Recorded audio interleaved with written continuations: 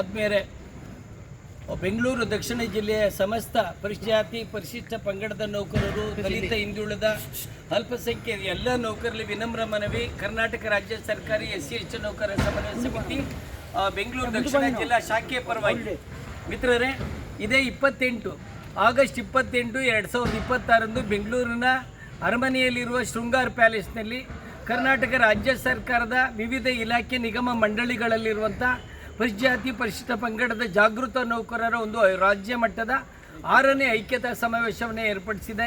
ಈ ಸಮಾವೇಶಕ್ಕೆ ಮೊನ್ನೆ ಗೌರವಾನ್ವಿತ ಮುಖ್ಯಮಂತ್ರಿಗಳಾದಂಥ DK ಶಿವಕುಮಾರ್ ಅವರು ಉದ್ಘಾಟನೆಯನ್ನು ಮಾಡ್ತಿದ್ದಾರೆ. ಮತ್ತು ಮಾನ್ಯ ಕಂದಾಯ ಸಚಿವರು ಸಮನ್ವಯ ಸಮಿತಿಗೆ ಸದಾ ಆಶಯವನ್ನು ಬಯಸುವಂಥ ಡಾಕ್ಟರ್ G. ಪರಮೇಶ್ವರ್ ಅಧ್ಯಕ್ಷತೆಯನ್ನು ವಹಿಸ್ತಿದ್ದಾರೆ. ರಾಜ್ಯದ ಅಹಿಂದ ವರ್ಗಗಳ ನೇತಾರ ಸಿದ್ದರಾಮಯ್ಯನವರು ದಿಕ್ಸೂಚಿಯನ್ನು ಭಾಷಣವನ್ನು ಮಾಡಲಿದ್ದಾರೆ.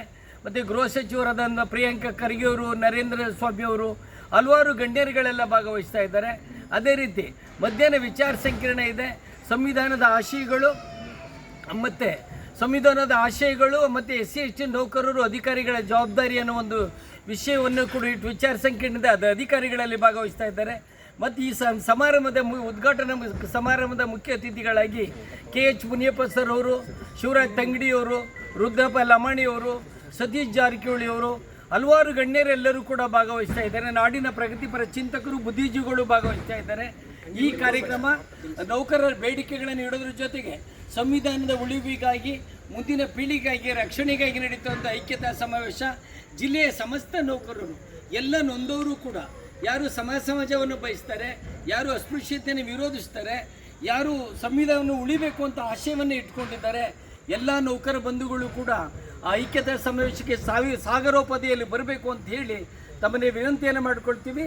ಆಗಸ್ಟ್ 28ನೇ ತಾರೀಕು 2026 ಶೃಂಗಾರ ಪ್ಯಾಲೇಸು, ಗೇಟ್ ನಂಬರ್ 8. ಮಿತ್ರರೇ, ಇದು ಶೋಷಿತ ಸಮುದಾಯದ ಜನಾಂಗ ಪ್ರಪ್ರಥಮ ಬಾರಿಗೆ ಅರಮನೆಯ ಮೈದಾನದಲ್ಲಿ ನಡೆಯುವಂಥ ಐಕ್ಯತಾ ಸಮಾವೇಶ. ನಾಳಿನ ಭಾರತ ಯಾವುದೇ ಧರ್ಮದ, ಜಾತಿಯ, ಭಾಷೆಯ ಭಾರತ ಆಗಬಾರ್ದು. ಸಂವಿಧಾನ ಭಾರತ ಆಗಬೇಕಾಗಿದೆ. ಭಾರತೀಯರ ಭಾರತ ಆಗಬೇಕು ಅನ್ನೋ ಇಂಥ ಉದ್ದೇಶ ಇಟ್ಕೊಂಡು ನಡೀತಾ ಇರುವಂಥ ಈ ಕಾರ್ಯಕ್ರಮಕ್ಕೆ ಹೆಚ್ಚಿನ ಸಂಖ್ಯೆಯಲ್ಲಿ ಬರಬೇಕು ಅಂತ ವಿನಂತಿಯನ್ನು ಮಾಡಿಕೊಡ್ತೀನಿ. ಇಲ್ಲಿ ನಮ್ಮ ಜಿಲ್ಲಾಧ್ಯಕ್ಷ ಜಯಪ್ರಕಾಶ್ ಅವರು ಇದ್ದಾರೆ, ಚನ್ನಪಟ್ಟಣದ ವಿಸ್ಕಂಠ್ ಅವರು ಇದ್ದಾರೆ, ಮತ್ತು ಗೋವಿಂದ ಸ್ವಾಮಿ ಅವರು ಇದ್ದಾರೆ, ಕನಕಪುರದ ಗೋವಿಂದ ಸ್ವಾಮಿ ಅವರು ಇದ್ದಾರೆ, ಆರೋಳಿಯರು ಸುನೇಂದ್ರ ಅವರಿದ್ದಾರೆ, ಮಾಗಡಿಯ ಶ್ರೀನಿವಾಸ್ ಅವರಿದ್ದಾರೆ. ಮತ್ತು ಈ ಕಾರ್ಯಕ್ರಮಕ್ಕೆ ಸರ್ಕಾರದಿಂದ ಓವಡಿನೂ ಕೂಡ ನಾವು ಪಡೆಯೋದಕ್ಕೆ ಪ್ರಯತ್ನವನ್ನು ಬೀಳ್ತಾ ಇದ್ದೀನಿ ಸಂಖ್ಯೆಯಲ್ಲಿ. ಇದು ನಮ್ಮ ಜಿಲ್ಲೆ ಮಾನ್ಯ ಮುಖ್ಯಮಂತ್ರಿಗಳನ್ನು ಈಗ ನೀಡಿರುವಂಥ ಜಿಲ್ಲೆ. ಅಭೂತಪೂರ್ವವಾಗಿ ಮಾಡೋಣ. ಎಷ್ಟೇ ಒಳ ಮೀಸಲಾತಿಗಳು ಬಂದರೂ ಕೂಡ ನಮ್ಮ ಒಗ್ಗಟ್ಟನ್ನು ಹೊಡೆಯೋದಕ್ಕೆ ಯಾವುದೋ ದುಷ್ಟಶಕ್ತಿಗೂ ಸಾಧ್ಯ ಇಲ್ಲ. ಕುಲದವರು, ಅಂಬೇಡ್ಕರ್ ರಕ್ತದವರು ಅಂತೇಳಿ ಸಮಾಜಕ್ಕೆ ಸಂದೇಶವನ್ನು ಕೊಡೋಣ ಅಂತೇಳಿ ಮತ್ತೊಮ್ಮೆ ತಮ್ಮೆಲ್ಲರನ್ನೂ ಕೂಡ 6ನೇ ಜಾಗೃತ ಸಮಾವೇಶಕ್ಕೆ ಹೃದಯಪೂರ್ವಕವಾಗಿ ಭೀಮ ವಂದನೆಗಳೊಂದಿಗೆ, ಭೀಮ ನಮನಗಳೊಂದಿಗೆ ಸ್ವಾಗತವನ್ನು ಮಾಡ್ತೀನಿ. ಜೈ ಭೀಮ್, ಜೈ ಭಾರತ್.